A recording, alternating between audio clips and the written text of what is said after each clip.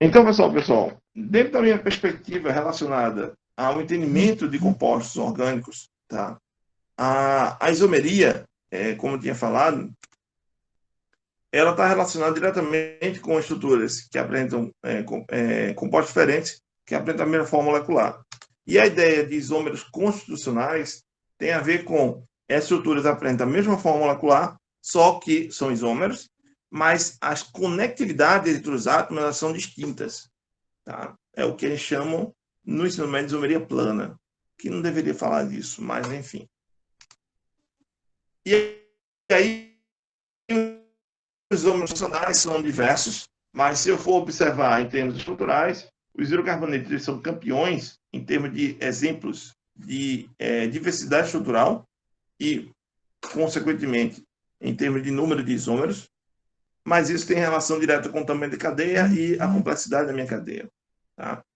E aí, não é isso que eu queria mostrar para vocês, mas a ideia da estereoisomeria. A estereoisomeria seriam estruturas que apresentam a mesma conectividade. E aí, a priori, eu associaria diretamente a estruturas que apresentam as mesmas propriedades, mas são compostos diferentes, tá? Sejam eles quimicamente ou fisicamente, ou ambos. E a diferença entre essas estruturas não está na conectividade, sim no arranjo facial destes. E aí, dentro da estereoisomeria, existe o primeiro caso, ou um dos casos mais comuns, que é a isomeria cis-trans, ou diastereoisomeria, na qual os componentes ou os compostos que apresentam esse tipo de isomeria não são imagens especulares um do outro. E mesmo que você gere imagens especulares um do outro, eles não são superponíveis. Ou seja, você tem duas estruturas diferentes, tá? Que são geradas com conectividades equivalentes, mas arranjos espaciais distintos.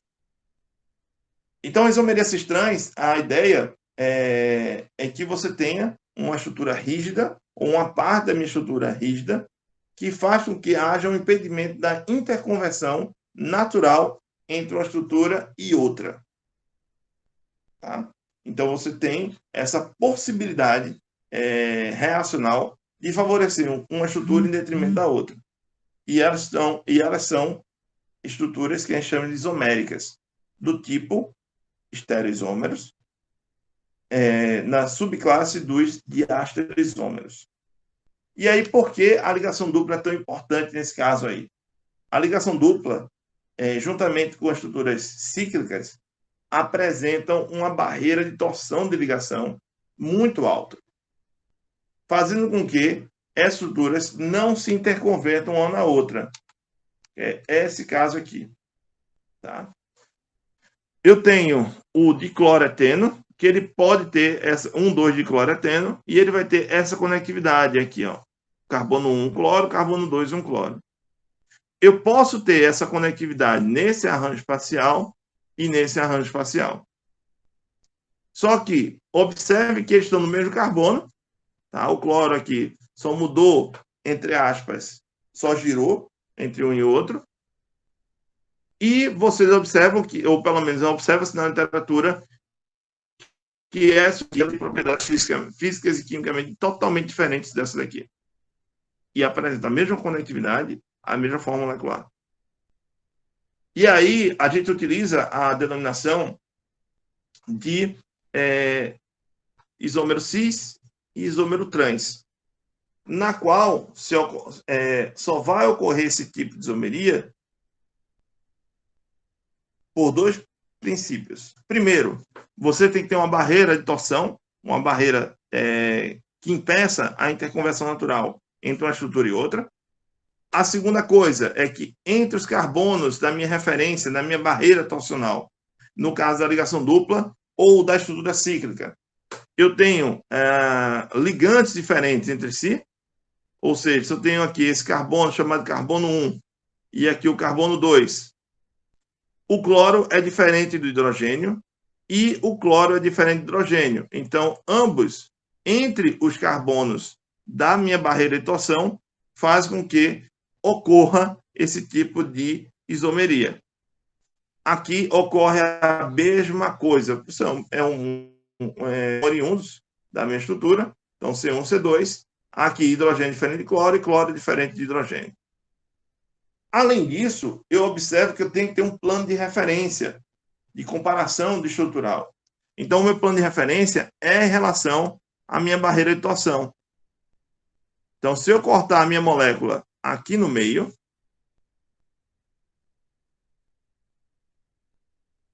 tá? Vai gerar estruturas distintas, na qual eu vou observar que, no caso aqui, os dois cloros e os dois hidrogênios estão no mesmo semiplano. E aí configura a conformação do tipo cis.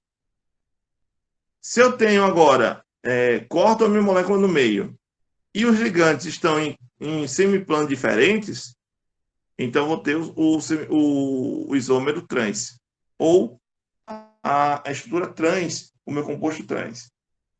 Só que isso só é verdade, ou só é utilizado, quando eu tenho esses ligantes entre os carbonos de forma igual, de forma equivalente. Hidrogênio e cloro no carbono 1, hidrogênio e cloro no carbono 2. Quando eu não tenho isso, eu não posso utilizar a nomenclatura cis-trans. E aí eu tenho que utilizar uma nomenclatura um pouco mais abrangente, na qual, isso aqui é um outro exemplo de barreira de torção numa estrutura cíclica. Tá? Você tem que colocar a referência nessa barreira de torção. Não é uma ligação dupla, mas é uma ligação que tem restrição de rotação. Apesar de ser sp3, mas quando você gira a ligação, você gira todo o ciclo. Então, num ciclo, você tem uma estrutura, uma barreira de torção presente. E aí você pode aplicar esse mesmo tipo de isomeria. E aí, existem vários casos disso, mas o que eu quero encerrar a aula de hoje é mostrar para vocês o que a gente chama de sistema EZ, que a gente vai utilizar também com maior frequência. O sistema EZ, eles são utilizados de forma geral, independente se os meus ligantes eles são, entre os carbonos, são iguais entre si ou não. Tá? Quando eu falo iguais entre si, pessoal, o pré-requisito ele não deve ser esquecido. Se eu tenho o carbono 1 e o carbono 2 aqui, bromo é diferente de hidrogênio, cloro é diferente de flúor. Então, condiz com uma isomeria do tipo cis-trans, entre aspas. Mas, como o conjunto de ligantes do carbono 1 é diferente do conjunto de ligantes do carbono 2, eu não posso utilizar a ideia relacionada ao termo cis-trans. E aí eu vou utilizar o sistema EZ. E o que é o sistema EZ? É um sistema baseado em prioridade de grupo, semelhante ao sistema cis-trans. Na verdade, o sistema cis-trans é um caso especial do sistema EZ, tá? Na qual você tem a prioridade relacionada ao número atômico. Então, os grupos que têm maior número atômico vão ser de maior prioridade no meu eixo de referência. Se eu tenho os grupos em relação à minha barreira de torção no mesmo lado, no mesmo semiplano, eu vou ter a configuração Z. E se eu tenho os grupos de maior prioridade em semiplanos opostos, eu tenho a configuração E. Esse termo Z e o termo E vem do termo alemão. Zusammen vem de juntos e Ettigen vem de opostos. Então, logo, na verdade, o que eu tenho no sistema cis-trans? É um caso especial na qual os ligantes entre os carbonos, os grupos de ligantes, são iguais entre si. São chamados de alcenos dissubstituídos. Se eu tenho alcenos tetrasubstituídos ou trissubstituídos, eu não posso utilizar essa terminologia. Tá? E aí, como é que eu vou observar, de fato, essa diferenciação? Ora, se eu tenho lá o cloro e o hidrogênio, o hidrogênio tem número atômico 1, o cloro número atômico 17. Então, entre hidrogênio e cloro, o de maior prioridade está nesse semiplano. O bromo tem número atômico 35 e o flúor número atômico 9. Então, o de maior prioridade está nesse semiplano. Se eu parto aqui no meio, os dois de maior prioridade estão no semiplano, no mesmo semiplano. E aí eu tenho a configuração do tipo Z. Se eu falo agora de estrutura, da mesma estrutura, ou da estrutura correlata, na qual eu vou observar que o cloro está em um semiplano e o bromo está em um outro semiplano, eu vou ter a configuração E. Bem, o que eu tinha falado até a aula passada, que na minha cabeça ficou claro, mas enfim, é a ideia relacionada o estudo da enantiomeria, ou na verdade da estereoisomeria, tá? E que tem dois casos, a diastereoisomeria, ou sistema EZ, ou também conhecido como isomeria geométrica, que gera-se estruturas que apresentam as mesmas conectividades, mas arranjos espaciais diferentes.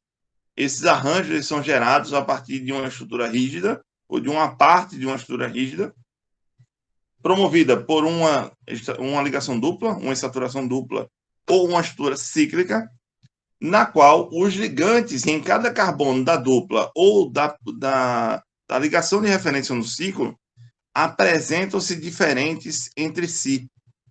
Então, quando você tem uma ligação dupla, no caso, e você tem os ligantes do carbono da esquerda são diferentes entre si, e os ligantes do carbono da direita são diferentes entre si, isso é um caso de diastereoisomeria, ou também conhecida como estereoisomeria do tipo geométrica, ou isomeria geométrica.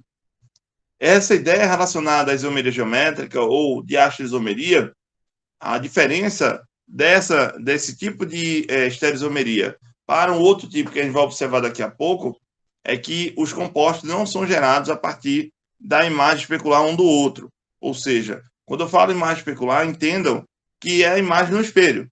Então, quando você coloca um composto frente ao espelho e o seu reflexo gera uma outra estrutura, esse caso especial de estereoisomeria é o que a gente chama de enantiômeros, ou isômeros óticos, lá do ensino médio. De uma forma ou de outra, o que a gente observou é que, quando eu tenho a diastereoisomeria, eu tenho um sistema de nomenclaturas, de diferenciação, baseado nas prioridades dos grupos ligantes. E essa prioridade ela está relacionada diretamente com o número atômico. Quanto maior o número atômico, maior a prioridade daquele grupo em detrimento de outro. E quando você tem essa referência de prioridades e coloca-se um plano de referência, esse plano ele vai delimitar, e observando esse plano e analisando se o grupo ou se os grupos de maior prioridade estão no mesmo semiplano, no mesmo lado, eles vão ser chamados de configuração Z. E se eles estão em semiplanos opostos, eu vou ter a configuração E. Seria o análogo. O configuração Z seria o análogo à configuração cis, e o E, a configuração trans. Lembrando que essas duas determinações ou duas definições, elas são associadas aos senos de substituídos.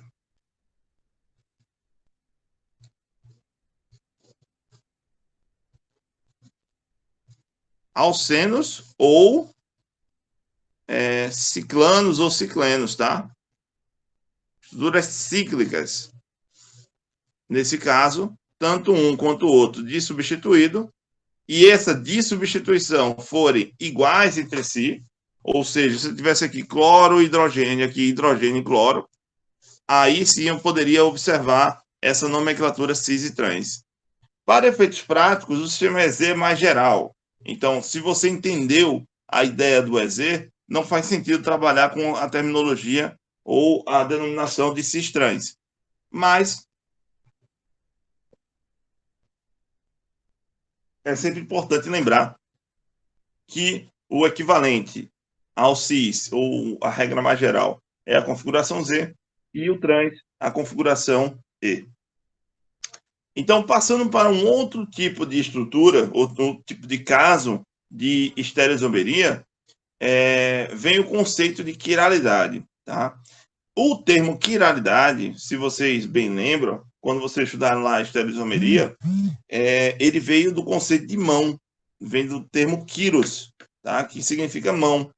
Porque foi observado na natureza que sempre os organismos têm um eixo de simetria, na qual o lado esquerdo é a imagem refletida no espelho do outro lado, da outra parte. Ou seja, se você pega a sua mão esquerda e reflete frente ao espelho, você vai obter o reflexo à sua mão direita. Então, o nosso corpo ele tem um eixo de simetria, um plano de simetria, tá? Na qual as partes elas não são superponíveis. Quando você tenta sobrepor a mão esquerda em relação à mão direita, elas não têm uma sobreposição.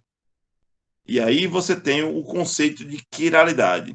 Apesar de ter um eixo de simetria, você não tem essa simetria refletida ou observada entre a sua mão esquerda e a sua mão direita, a sua perna esquerda e a sua perna direita e vice-versa, tá? Então você não tem essa sobreposição.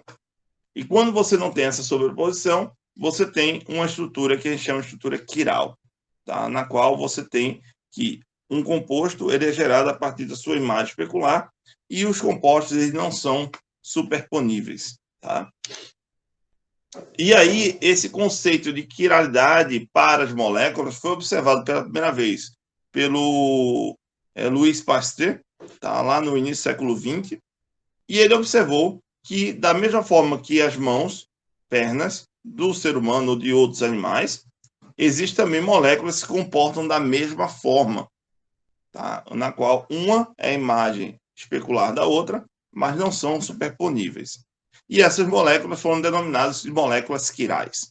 Então, essa é a origem do termo quiralidade. Tá? E aí, de uma forma muito pragmática, a gente observa que na estereoisomeria eu tenho os átomos numa mesma sequência, com a mesma conectividade, só que arranjos espaciais diferentes. E aí eu tenho dois casos de enantiomeria. Eu tenho o que a gente chama de astereoisomeria, na qual os compostos não são imagens especulares um do outro, e por consequência não são superponíveis. E os estereoisômeros, que são uma imagem especular da outra, e também não são superponíveis, são chamados de estruturas enantioméricas, tá? Ou enantiômeros. A grosso modo, se eu for levar lá para o ensino médio, eu teria a ideia da enantiomeria está para a isomeria óptica, da mesma forma que diastereoisomeria está para isomeria geométrica. Então, você tem essa correlação aí estrutural e diferenciação de uma estrutura em detrimento da outra. Tá? E aí, quando eu falo de subdivisão dos isômeros, eu tenho a subdivisão completa. Tá? Do ponto de vista prático, eu tenho os isômeros, na qual eu tenho as duas subclasses, e eu tenho os isômeros constitucionais, que têm a mesma fórmula, só conectividades diferentes, e os estereoisômeros, eu tenho a mesma conectividade, mas arranjos espaciais diferentes. E dentro dessa subclasse, eu tenho duas classes internas, que são os enantiômeros e os diastereoisômeros, tá? Então, esse é o panorama geral da minha estrutura, basicamente. E aí, pessoal, uma das coisas que a gente tem que associar é que, para ser uma molécula quiral, eu tenho que ter uma condição estrutural que gere essa possibilidade. Tá? E uma molécula quiral é uma estrutura que não consegue gerar estrutura. Quer dizer, você consegue gerar o reflexo dela, uma em relação à outra, mas são estruturas superponíveis. E aí eu tenho uma molécula que a gente chama de molécula quiral. E qual é a condição existente para uma estrutura ser quiral? Na maioria dos casos, eu falo 99,99% dos casos de enantiomeria, surge uma necessidade estrutural chamada de carbono quiral. Tá? E o que é esse carbono quiral? É um carbono ou uma presença estrutural no meu composto que confere essa propriedade de gerar compostos, gerar dois ou mais compostos, que um é a imagem especular do outro e que as estruturas não são superponíveis. E o carbono quiral, ele tem uma propriedade, na verdade tem várias propriedades. A primeira propriedade que deve ser diferenciada no carbono quiral é que ele é um carbono do tipo sp3. Ah, professor, não existe carbono quiral do tipo sp2 ou sp? Não. Tá? Mas existem condições que eu gero enantiômeros e esses enantiômeros não têm a configuração, esses carbonos não têm a configuração do tipo sp3. São exceções à regra. Tá? O que condiz ser enantiômero é que você tem é imagem especular do outro e que eles não são superponíveis. É essa condição que se tem para a enantiomeria.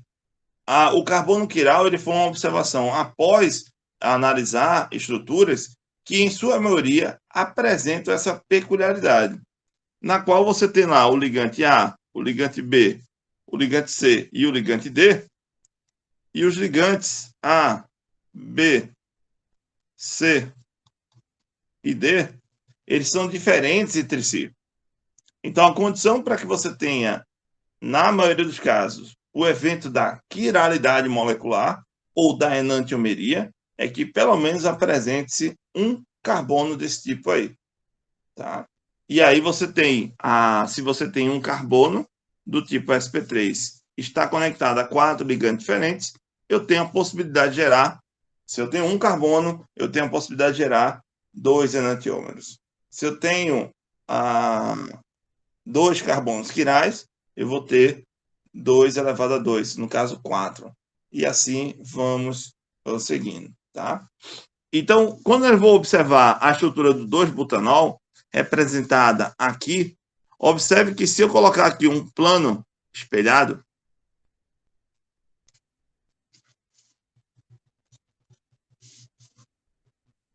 deixa eu desenhar direito um espelho aqui, espelho plano.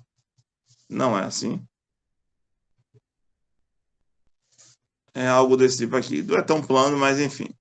Então, o espelho plano, você coloca essa molécula, tá? Essa é uma estrutura 1, e você observa que essa estrutura 1, quando colocada frente ao espelho, gera o seu reflexo, a estrutura 2. Observe que se você tentar sobrepor essas duas estruturas, o que vai acontecer? Esses dois grupos aqui não mudaram tanto de posição, só mudaram do ângulo de rotação. Tá? Então, o OH está para frente do plano. Se eu considerar o plano molecular a tela do meu computador, o OH está apontando para, saindo na minha direção. E o hidrogênio ele está saindo para trás no meu plano de referência. Se eu for representar essa estrutura no plano, eu teria a setinha cheia para o OH e setinha tracejada para o hidrogênio. O etil ele está do lado esquerdo e o metil está do lado direito, ambos no plano. Por isso essa representação. Quando eu coloco no espelho, o que acontece? O OH ele só muda de ângulo, mas ele não muda de posicionamento espacial. Ele continua apontando na minha direção. Da mesma forma, o hidrogênio apontando para fora do plano de referência. O que acontece é que quando você coloca aqui esse grupo frente ao espelho, o seu reflexo vai obter esse carinha aqui. E o reflexo desse vai obter esse carinha aqui. Se eu for sobrepor essas duas estruturas, o que vai acontecer?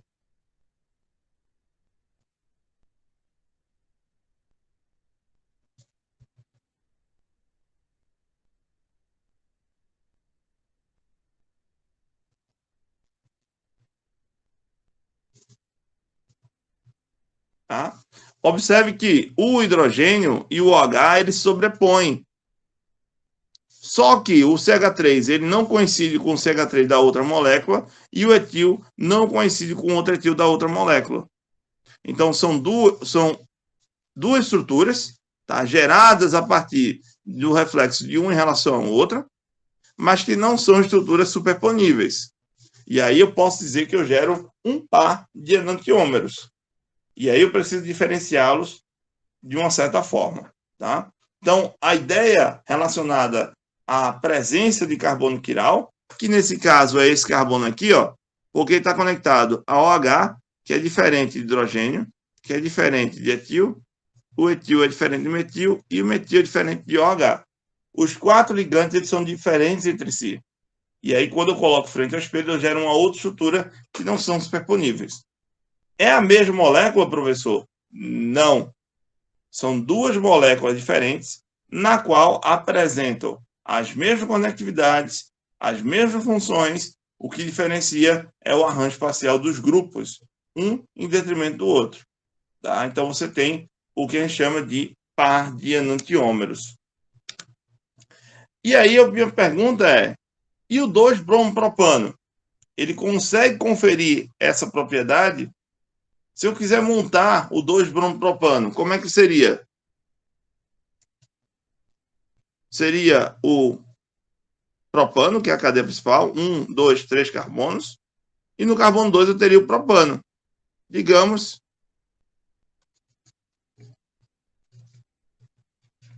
bromo para frente, hidrogênio para trás. Essa estrutura aqui, pessoal, apresenta a propriedade de quando você colocar ela frente a um espelho, gera uma nova estrutura? Diferente, sim ou não?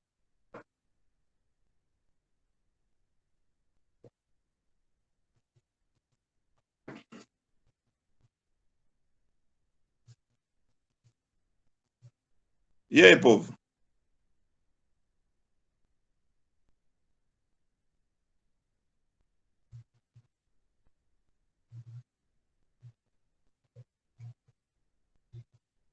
Pessoal? Eu acho que não forma, não. No caso, o hidrogênio vai mudar a posição, mas ele vai ficar ainda e vai mudar a posição. Então, fica aqui. O carinha cheio é o bromo ainda. E aqui o hidrogênio, não é isso? Então, olha, se eu colocar esse carinha sobrepor a essa estrutura aqui, digamos a estrutura 1 e a estrutura 2, o que vai acontecer? O bromo que está à frente, ele vai coincidir com o bromo que está à frente do meu plano. O hidrogênio que está atrás do plano vai coincidir com o hidrogênio que está atrás do plano. E o metil do lado esquerdo e o metil do lado direito. Não vai ter diferença dessa estrutura. Então, eu já posso afirmar que, nesse caso, eu não tenho um caso de enantiomeria, porque as imagens, o objeto e a sua imagem especular são superponíveis. Tá? De uma forma melhor apresentada, eu teria algo dessa natureza aqui. Aqui eu teria um par de enantiômeros. Tá? Eita, eu cortei dessa apresentação. Mas eu observo que, nesse caso aqui, não ocorre a não superposição, ou ocorre a superposição do objeto com a sua imagem especular. Então, essas estruturas aqui são estruturas iguais. Logo, não são um par de enantiômeros. E, coincidentemente, estruturalmente, o que acontece? Esse carbono aqui, ele tem que o bromo é diferente do hidrogênio, o hidrogênio é diferente de metil, mas o metil é igual ao metil. E o metil é diferente do bromo. Então, como você tem 2 ligantes iguais, faz com que o carbono quiral, representado com asterisco, ele não exista. E aí faz com que a minha estrutura 1 seja equivalente à minha estrutura 2. Tranquilo? Então, não tem um caso de enantiomeria aí, nesse caso do 2-bromopropano. E aí, como eu já tinha falado para vocês, a ideia relacionada ao centro de quiralidade ou carbono quiral é uma necessidade de enxergar quando eu tenho um caso ocorrendo a enantiomeria. Só que existem casos, existem exceções que, mesmo não apresentando carbono quiral, eu tenho um par de enantiômeros. Então, a enantiomeria, ela não tem relação direta com o centro de quiralidade. Apesar de que a maioria dos casos que apresentam pelo menos um par de enantiômeros, há uma probabilidade de 99 a 99% de você encontrar um carbono quiral. Certo? Mas existem casos, exceções a estruturas, que não promovem esse tipo de condição, que é o carbono ligado a 4 ligantes diferentes entre si,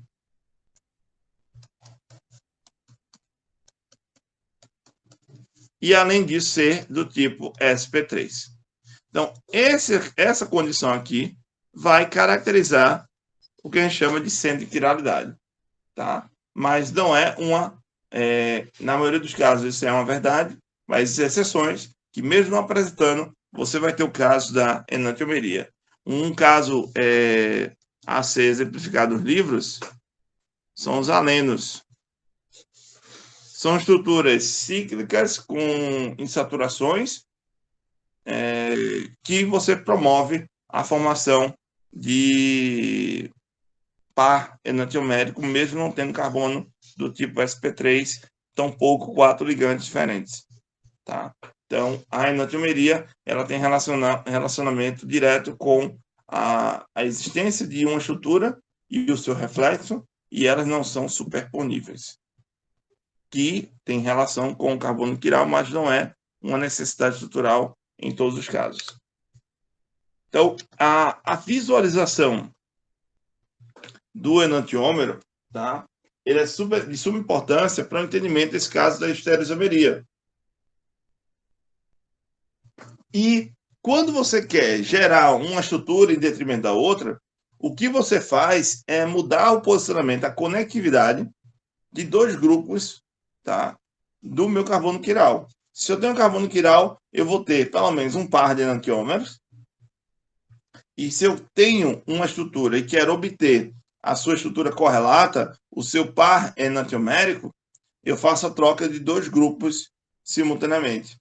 No caso aqui, o que eu fiz? Da estrutura 1 para a estrutura 2, o que eu fiz? Eu desconectei aqui, ó, eu troquei o metil pelo etil e vice-versa.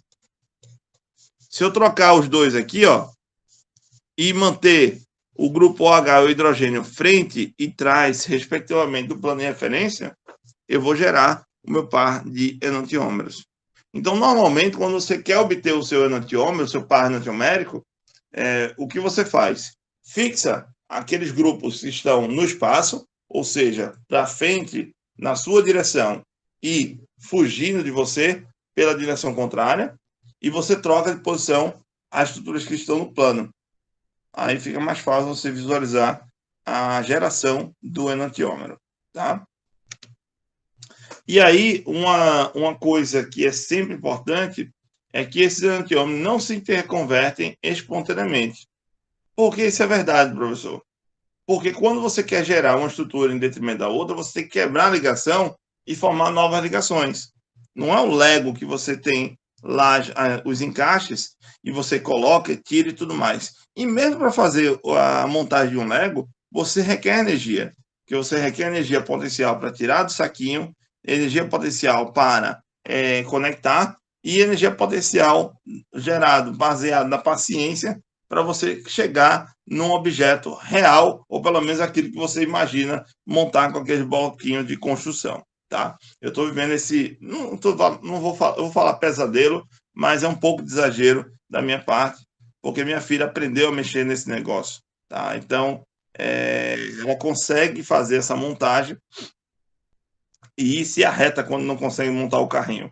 Aí eu tenho que montar junto com ela e tudo mais. Então, a parte da montagem, blocos de construção, é uma realidade minha atual. Por isso que eu estou falando um pouco de Lego, tá? Ô, João. Ô, Ronaldo, no caso, assim, quimicamente, os dois enantiômeros, eles apresentam propriedades diferentes. Veja só, existem reações, existem sistemas que são enantioespecíficos. O que eu falo de enantioespecificidade? Eu vou mostrar daqui a pouco para vocês mas principalmente quando você fala de aminoácidos ou síntese proteica, os nossos aminoácidos essenciais, eles têm a configuração L. Tá? Então, se você fizer uma análise de todos os aminoácidos presentes no nosso organismo, todos eles vão desviar o plano da luz polarizada para a esquerda. Se entra um aminoácido que tenha um perfil contrário e vai competir com o meu aminoácido, por exemplo, uma bactéria, ela produz aminoácidos, proteínas que têm os aminoácidos do tipo D, vão desviar a luz para a direita. E por que o nosso corpo ele reage com a presença de uma bactéria? Porque ele quer eliminar aquele agente invasor que está produzindo proteínas que não vão ser benéficas para o nosso organismo. Então, o que acontece? Quimicamente falando, eles têm propriedades diferentes. Então, uma das propriedades é o plano da luz polarizada. Uma outra propriedade é que alguns enantiômeros apresentam temperatura de fusão e ebulição diferentes, mas são raríssimos casos. Eles apresentam propriedades físicas iguais e uma das propriedades que eles diferenciam é o desvio do plano da luz polarizada. Então, eles vão desviar para a esquerda e para a direita, e o que isso influencia? Reações que são sensíveis à conformação espacial. Então, digamos que se eu tenha... imagina uma reação química, um pião, tá? E você rotaciona o pião, a molécula é o nosso pião, e ela gira no sentido horário. Se tiver um outro pião que gira no sentido anti-horário, e eles colidirem, o que vai acontecer? A energia vai se dissipar, ou a reação ela vai cessar, porque uma estrutura impede que a outra funcione. Então, é por isso que é importante entender isso, simplesmente porque, quando eu falo de fármacos, existem estruturas que combatem uma determinada patologia com um centro esterogênico específico. Se você tiver outro centro esterogênico, ela não tem eficácia nenhuma. Então, a questão do encaixe, a questão da estrutura espacial é uma propriedade física, uma propriedade físico-química que interfere diretamente no funcionamento de um organismo, por exemplo. A título de exemplo, tá? Tranquilo? Beleza. Não é o caso do limoneno? Do limoneno, do alfa-limoneno, do beta-limoneno, do talidomida, da talidomida, que é um fármaco que combate, na verdade, foi utilizado para combater enjoos durante o período gestacional, e o próprio organismo, no seu processamento, faz com que haja mudança do centro esterogênico. E aí, o seu enantiômero, ele provoca malformações. Isso aí, da talidomida, eu sabia. O ibuprofeno, por exemplo, o ibuprofeno, que é um relaxante muscular utilizado bastante quando você tem um machucão e tudo mais, o que ele tem atividade como relaxante muscular é o enantiômero R. O S, ele não tem efeito nenhum. Então, as reações enantiespecíficas, elas são mais, digamos, frequentes no nosso organismo do que a gente mesmo imagina. E é por isso que a gente tem que entender a diferenciação dessas estruturas. Beleza.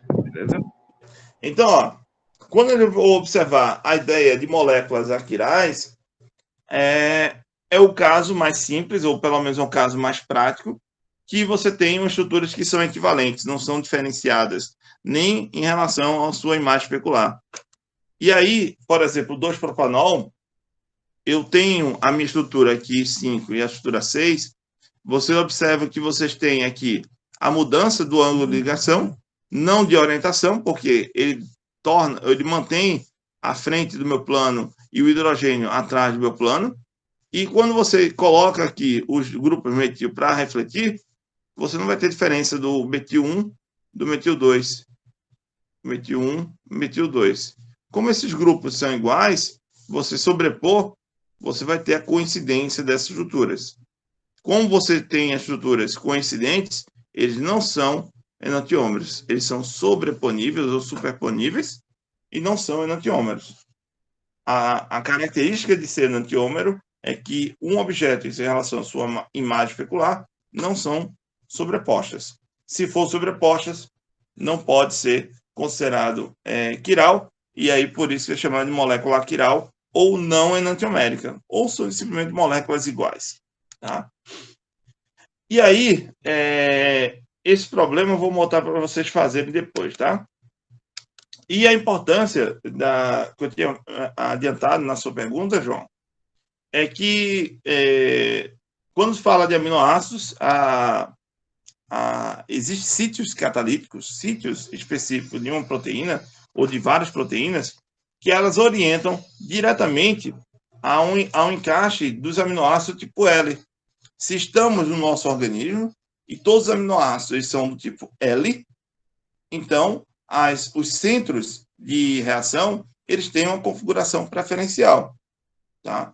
Se eu tenho uma bactéria que invade o meu corpo, para que a bactéria sobreviva, ela tem que produzir uma proteína que mantenha ela viva. E essa bactéria vai produzir aminoácido tipo D. Tem propriedades contrárias. E aí você vai ter uma competitividade estrutural. Só que se você olhar esse desenho aqui, essa configuração é a configuração L e essa é a configuração D. Esse cara aqui encaixa direitinho no meu sítio catalítico. Mas pelo impedimento estérico, para que haja esse encaixe, eu não posso ter impedimento estérico. Como tem uma competição, esse cara atrapalha, aumentando a adjetivação no meu processo. E existem algumas bactérias, tá, que para a sobrevivência mudam o sítio catalítico. Eles interagem com o sítio catalítico e não com a molécula-alvo, tá? Mudando a posição da conformação da minha estrutura e favorecendo a configuração D em detrimento da L. O que acontece com isso? A bactéria se torna super resistente. Ela se adapta ao organismo, se reproduz, se multiplica e faz com que o meu organismo ele pare de produzir aminoácido tipo L e vá produzir aminoácido tipo D.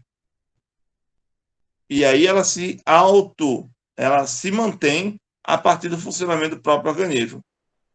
Isso é uma ação bacteriana. Quer dizer, Oi. Quer dizer, ela não consegue atacar a molécula e ataca o sítio e a molécula vai se ligar. Modificando. É porque a gente imagina sítio catalítico de uma forma muito rígida. É aquela ideia do modelo chave-fechadura. Mas a fechadura ela pode ser moldada. Então, isso é um mecanismo de sobrevivência comum nas bactérias e vírus. Ao invés de você atacar o sítio ou a molécula que está sendo promovida, ela ataca o sítio, modificando para ela ser aceita em detrimento do aminoácido correto que é do nosso organismo, Então, você modifica a fechadura para que encaixar a nova chave. E os bactérias são resistentes a alguns antibióticos, no caso, né? Justamente, também tem isso. Porque a ideia, ou pelo menos a intenção dos antibióticos, eles são uma ferramenta para reforçar o sistema imunológico ou ligar-se a estruturas estranhas e sinalizar para o nosso organismo que aquela estrutura ali é estranha e pode ser eliminada. É o caso da molécula que foi criada, ou que foi chamada de molécula do combate ao câncer, ou a molécula do câncer, a fosforetanolamina. A cura, ela não está relacionada diretamente com um tratamento direto. É que a fosforetanolamina, ela liga a célula carcinogênica, sinalizando para o sistema imunológico que aquilo dali é um agente invasor. E aí o nosso sistema imunológico vai eliminar, vai combater aquela célula carcinogênica. E aí, claro, tem uma eficiência química aí envolvida, tá? Mas o que ela faz é basicamente aumentar o potencial do sinal para que se detecte o sinal invasor. e aí o sistema imunológico do ser humano se encarrega de fazer o restante do serviço, tá? Então, isso é uma parte da importância. A outra é observar os estratos naturais. Os estratos naturais são uma grande fonte de estruturas enantioméricas, e observa-se que somente a mudança no eixo de rotação, ou do centro esterogênico, nesse caso aqui, ó, eu tenho um centro esterogênico, e vocês têm, observa que, se eu colocar aqui um espelho para o outro, você vai ter que as estruturas no plano, elas se mantêm a mesma, o que se não sobrepõe é a figura no plano, ou figura no espaço. Então, você pode fazer isso. Você pode também gerar estruturas mexendo apenas na conectividade espacial, mantendo o plano fixo, tá? E essa é uma outra possibilidade de você fazer a geração de pares de enantiômeros. Então, você tem a carvona, tá? Que tem esse centro esterogênico, na qual o grupo propileno ou propeno, ele está isopropeno, ele está para trás do plano e o hidrogênio para frente, e a estrutura correlata, o isopropeno, ele está à frente e o hidrogênio está por trás do plano. Então, se você tentar sobrepor essas duas estruturas, as estruturas no plano vão coincidir, mas estes dois não vão coincidir. Então, são par de enantiômeros. E qual é a diferença? É que a carvona, se eu tenho essa configuração, é a essência do cominho, do tempero, né? Que a gente utiliza bastante em condimentos de carne e tudo mais. E o outro centro esterogênico é a essência do hortelã. É a mesma estrutura, só com centros esterogênicos diferentes. O alfa-limoneno e o beta-limoneno não é o caso mais simples de ser observado em termos de enantiomeria, que o alfa-limoneno ele é encontrado em laranjas, então tem uma peculiaridade, e o beta-limoneno ele é encontrado em limões. Tá? Observe que, se você comparar a laranja e o limão que a gente consome aqui, eles são estruturas que apresentam odores, paladares diferentes. Mas se você comparar com o limão siciliano, que se aproxima mais da laranja, você observa que o sabor, dependendo do grau de maturação, ele se aproxima bastante. Mas ele tem características organolépticas diferentes do outro. O ibuprofeno... E o que é o limoneno? No caso, o limoneno, né? O do limão. É o beta, né? Na verdade, é o enantiômero. E ele é inflamável, enquanto o da laranja não é. Existem algumas outras propriedades, como ponto de fulgor, e também concentração desse material. Então, dependendo da concentração e da volatilidade, você vai ter um ponto de fulgor maior ou menor. No caso aí, normalmente os limões, ele tem um alto teor de limoneno, característico do sabor azedo, aquele odor mais forte, entre outras coisas. O limoneno na laranja, ele tem um sabor mais, uma concentração bem menor, característico porque a laranja ela tem uma produção maior de açúcar, faz com que você tenha um sabor mais adocicado. Então, é um dos motivos pelo qual o ponto fulgor do limão seja maior e seja mais combustível, né, em relação à laranja. A questão do teor também. Tô ligado. Beleza? O ibuprofeno que eu tinha falado, desculpa, eu confundi. É o isômero R, o enantiômero S, desculpa. Ele tem o poder de anti-inflamatório e atividade analgésica. E o R-ibuprofeno não tem atividade biológica, ou seja, é um placebo. Tá? É um comprimido que... professor, e como é que se sabe disso? Historicamente, a síntese do ibuprofeno ele começou em meados do século XX, 1940, por aí. E o pessoal, naquela época, utilizava bastante ele como ação analgésica. Só que alguns pacientes reagiam informando que não tinha melhorias associadas àquele tratamento. E muitos médicos foram demitidos ou foram expulsos da academia de medicina por não ter uma solução para aquele problema. E o problema estava associado diretamente na síntese desse produto. Tá? Então, não se observava ou não se tinha informações acerca da síntese enantiosseletiva, que favoreceria um centro em detrimento do outro. E aí, observava que aquele protocolo padrão de síntese iniciava, caracterizava, como as propriedades espectroscópicas e espectrométricas são as mesmas, você não conseguia diferenciar o S do R. E aí, olha, tem aí o S-ibuprofeno. O ibuprofeno está sintetizado. Aí colocava lá na sua matriz como produção de fármaco, mas você estava gerenciando um placebo do ibuprofeno que não tem atividade biológica nenhuma. Então, as pessoas não tinham quadro de melhoria com esse tratamento. E muitos médicos foram acusados na época de negligência, de erro médico, tem um termo específico lá. Mas foi descoberto isso. O ibuprofeno passou um tempo fora no mercado e depois voltou-se com força total e agora está disponível para a população normalmente tratar de um local que precisa de um tratamento de anti-inflamatório mais intenso. O ibuprofeno tem uma força, um poder anti-inflamatório muito, muito elevado. Tá? Então, recorram a esse tratamento só em último caso. A talidomida é um outro caso de exemplo de enantiomeria, na qual você tem a R-talidomida, que é justamente a medicação utilizada por grávidas no período inicial de gestação, e quando elas foram tratadas na época com a talidomida, os bebês eram promovidos nos bebês alterações metabólicas que formavam, ou pelo menos eles nasciam com defeitos e má formação dos membros inferiores e superiores.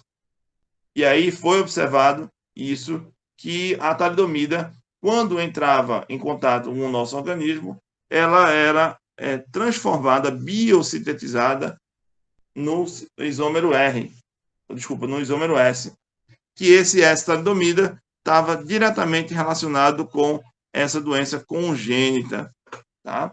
E aí a gente observa que na história da ciência a talidomida foi um dos primeiros casos de evidências associados a medicamentos enantioseletivos ou enantioespecíficos, tá? E aí a talidomida ela foi tirada do mercado, hoje ela não volta como um fármaco, tá? E existem outros medicamentos que têm essa mesma função de conter, de tratar os enjoos matinais durante o período gestacional, tá? E aí, pessoal, uma das coisas que a gente pode observar também acerca dessa ideia da quiralidade ou da enantiomeria é que um dos testes para a quiralidade é o plano de simetria. E se uma molécula ela não ela possui um plano de simetria, tá? Eu vou ter uma molécula que a gente chama de aquiral. Quando eu falo plano de simetria, é quando você corta a minha molécula, tá? Através de um plano, e a parte que fica do lado esquerdo do plano, ela coincide com o lado direito. E aí você vai ter um plano de simetria, tá? No caso aí,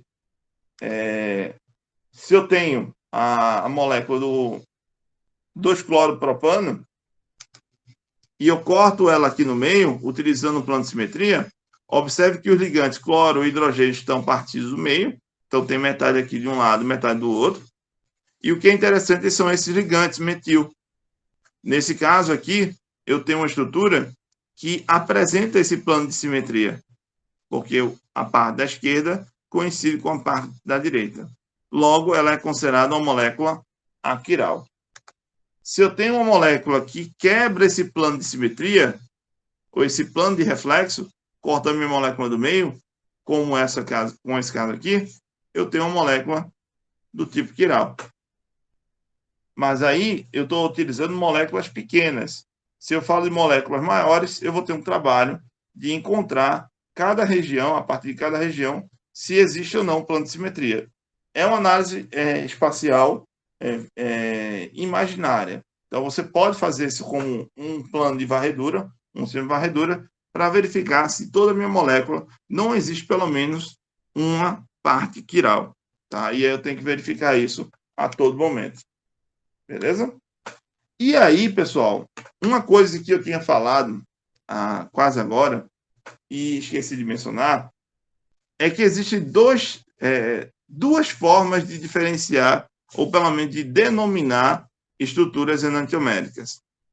Existe o termo D e L, e existe o termo R e S. Qual é a diferença dessas duas estruturas? A primeira coisa é que a denominação D e L tem a ver com destrógeno,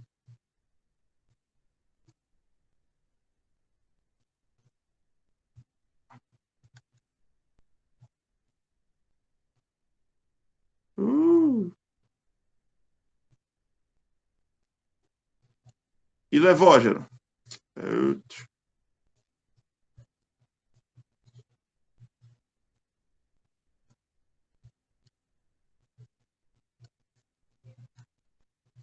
A segunda coisa, pessoal, é que essa denominação destrógeno e levógeno tem a ver com uma análise ou uma ferramenta de análise, que a gente chama de rotação específica.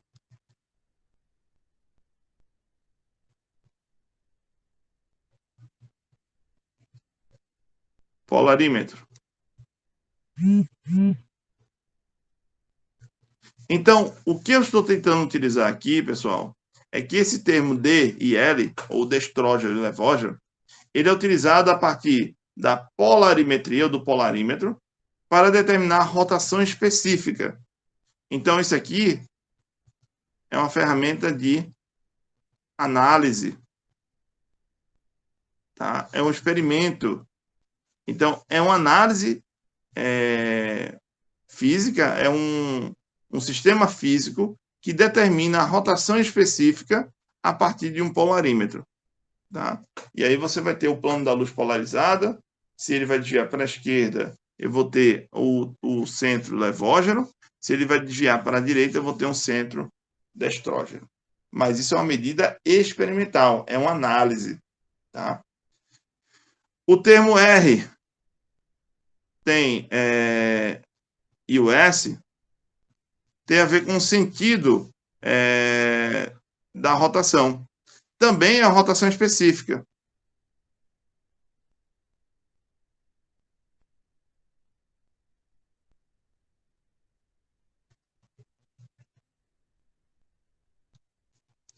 Mas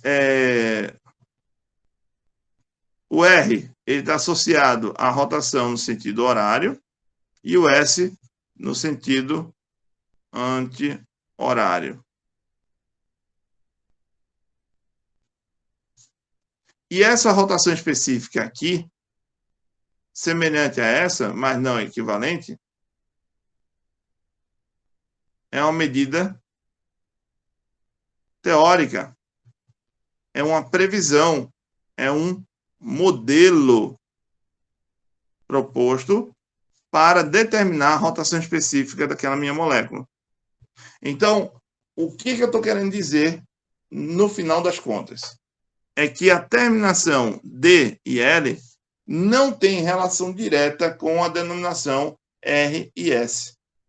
Ambas determinam a rotação específica, ou o desvio da luz polarizada, no caso da denominação D e L, e a rotação específica da minha estrutura utilizando o sistema RS. Mas uma é uma medida experimental, é uma análise, outra é uma proposta, é um modelo teórico que tenta medir ou prever esse tipo de propriedade.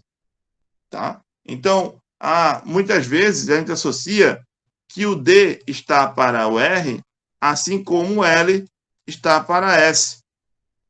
E essa associação Ela não pode ser feita, em hipótese alguma. Então, há estruturas que o centro D ele vai ser o R, e há estruturas que o centro D também pode ser o S. Por que isso, professor? Porque aqui eu tenho uma medida experimental e aqui eu tenho uma previsão teórica. Mas ambas são medidas de possibilidades de você medir a propriedade chamada rotação específica. Tá? A análise do tipo através do polarímetro, ela determina também o excesso enantiomérico, na qual você tem o favorecimento de uma estrutura em detrimento da outra. E aí você tem como medir a enantioseletividade da minha reação.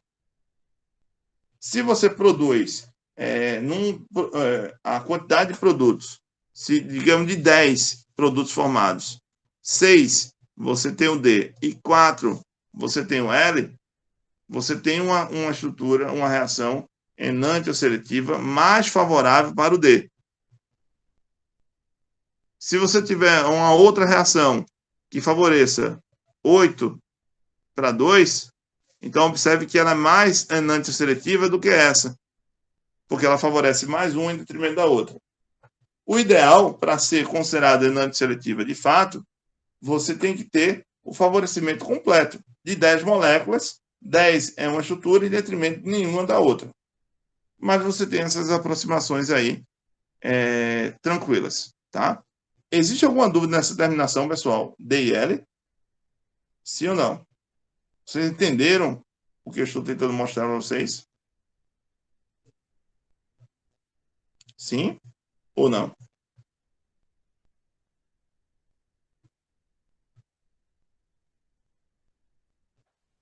Isso foi uma pergunta. Beleza, beleza.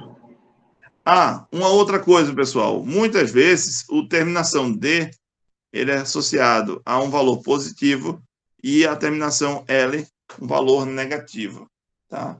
Mas é simplesmente porque você tem que normalmente no eixo cartesiano o desvio para a direita ele é positivo, o desvio para a esquerda ele é negativo, mas só por causa disso, tá? Não tem nenhuma relação que um faz bem e outro faz mal ou vice-versa, tá? Então essa diferenciação ela deve existir. E por que eu vou falar apenas do sistema RS? Porque como é uma previsão teórica, não depende de uma análise experimental, fica mais fácil eu tentar visualizar a diferenciação de uma em detrimento da outra. Tá? Então, a gente vai observar o seguinte, que o sistema RS ele foi proposto por esses três caras, o Cal, o Ingold e o Prelog, na qual eles associaram que se eu tenho uma rotação específica no sentido horário, no sentido correto, ele vai chamar de isômero rectus, ou R, enantiômero R. E se ele rotaciona de modo contrário, eu vou ter o isômero sinistro, ou enantiômero sinistro, ou simplesmente o S. Tá? Então, uma rotaciona preferencialmente para a direita, ou seja, no sentido horário, e o outro no sentido contrário, no sentido anti-horário. Tá? E como é que se faz para dar esse esquema de prioridades?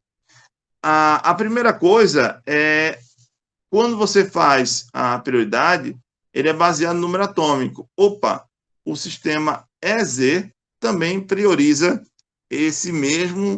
essa mesma classificação de prioridade. Tem relação. Tá? O Prelog ele trabalhou nesses dois sentidos aí, tanto dos enantiômeros quanto dos diastereisômeros. Então, o número atômico do grupo ligado ao centro de quiralidade. Nesse caso, estou considerando que todo enantiômero, ou pelo menos a maioria, apresenta um carbono quiral. E, de certa forma, eu posso afirmar isso. Então, se eu tenho lá o carbono quiral, tá? Eu tenho 4 ligantes diferentes, eu vou dar a maior prioridade àquele de maior número atômico, ligado diretamente a ele. Então, se eu tenho o oxigênio e o hidrogênio, carbono, carbono, carbono número atômico 6, 6, 1, 8. Então, a primeira prioridade é o A, A segunda prioridade eu não sei entre os carbonos, porque deu empate, mas eu sei que o hidrogênio é o menor de todos, vai ter a menor prioridade. Beleza? Aí vem os critérios de desempate em termos de prioridade. Nesse caso aí, eu tenho um carbono que dá o maior número atômico aqui 6 e aqui 6. Se deu um empate, eu vou para os próximos ligantes. Nesse caso aqui, eu tenho 3 hidrogênios. Tá? E esse carbono, além de 2 hidrogênios, tem um outro carbono ligado a ele. Nesse caso aí, eu tenho uma diferença em termos desse grupo em relação a esse grupo. Como ele está ligado a um outro carbono, provavelmente ele vai ser o B e esse cara vai ser o C. Tá? E aí você tem a diferenciação e a determinação da primeira prioridade, da segunda, da terceira e da quarta prioridade. Alguma dúvida até agora? Não, né?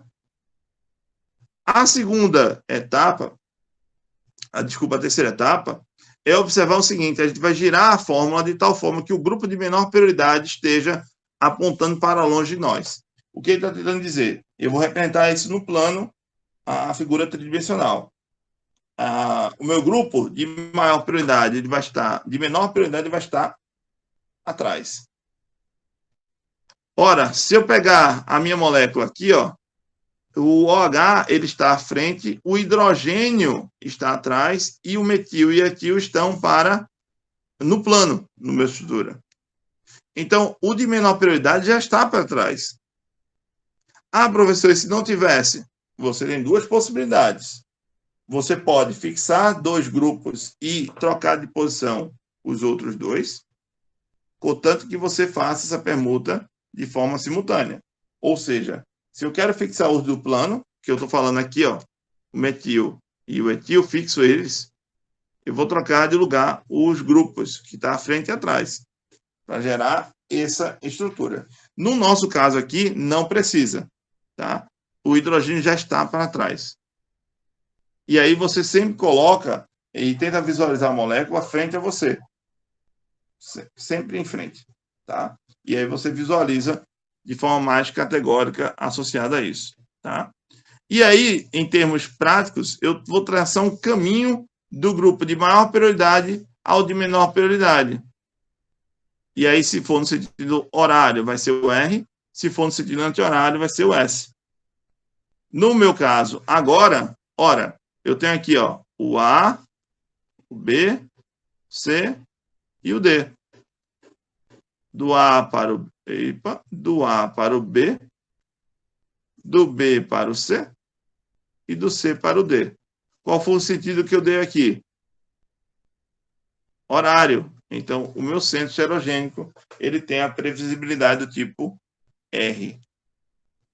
Se eu fizer esse mesmo giro e observar que ele tem um sentido anti-horário, eu vou ter um antiômero S.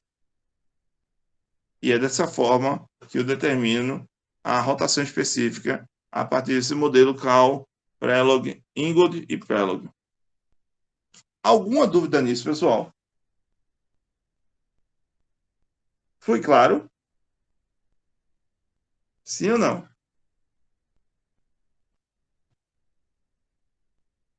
Pessoal?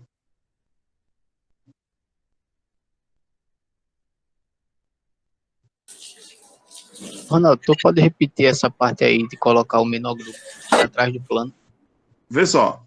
No nosso caso aí, no nosso exemplo, eu não preciso fazer isso, tá? Porque na determinação de prioridades, eu observei... Eita, não voltei.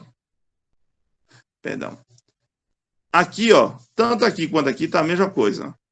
O de menor prioridade, na minha estrutura aqui, é o hidrogênio. E ele está para longe, está para trás do meu plano de referência. Concorda? Então, ó, eu vou conectar ó, o A. Concordo. Então, eu não preciso fazer mais nada aqui. Agora, se o hidrogênio não estivesse lá para trás, eu teria que fazer mudança de conectividade. girar a minha molécula, fazer com que eu visualizasse essa rotação da minha molécula e promovesse o hidrogênio para trás de todo jeito. Quem vai ficar para frente, quem vai ficar do lado, não importa. Contanto que o de menor prioridade esteja para trás. Beleza? E aí, como é que a gente visualiza isso? A gente coloca a molécula aqui à frente do nosso rosto e tenta visualizar aquilo que está sendo posto ali na representação. Se eu tenho lá o hidrogênio, ele está para trás, ele está apontando para cá. Tá? Na direção da ponta da minha caneta. O OH está apontando no contrário. Tá? Está apontando na minha direção. No meu sentido, né? O metil está aqui, o meu polegar, e o etil é o meu dedo mindinho. Tá aqui. Dá para ver o mindinho? Dá, né? Aqui. Beleza? Então, se eu for visualizar dessa forma, eu vou observar que se eu rotacionar de maior prioridade, que é o OH, seguindo até o de menor prioridade, eu vou rotacionar de que forma? O A para o B, para o C e para o D. Horário, horário, horário. Enantiômero R. Beleza? Se fosse o contrário, seria o S. Então, esse mecanismo de previsibilidade do centro heterogênico, ele é de suma importância para você ter noção da relação que você tem entre uma estrutura e outra. E aí você produziu o seu enantiômero. E como é que seria a outra estrutura, professor? Como é que eu poderia obter o enantiômero do tipo S? Nessa conformaçãozinha aqui. Deixa eu desenhar de lado.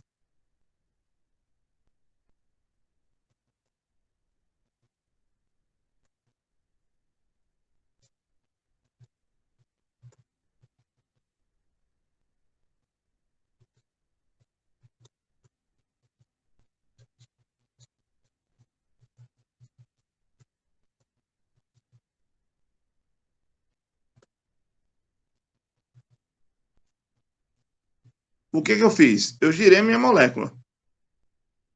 Entende? Sim ou não? Só girei. O que eu mantive fixo aqui? Sim. Eu mantive fixo esses dois grupos aqui, ó. O OH e o hidrogênio estão para frente e para trás. Para frente e para trás. Só mudei o ângulo de ligação, porque é rotacionário, né?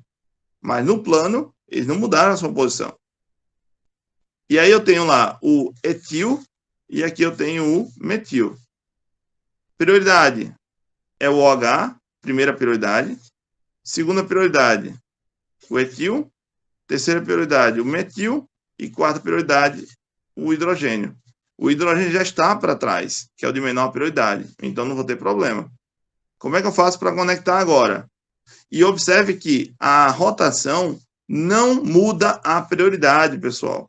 Então, por isso que é importante determinar primeiro a prioridade para depois determinar a rotação específica. Tá? Então, o que acontece? Eu vou girar do primeiro para o segundo, do segundo para o terceiro, do terceiro para o quarto.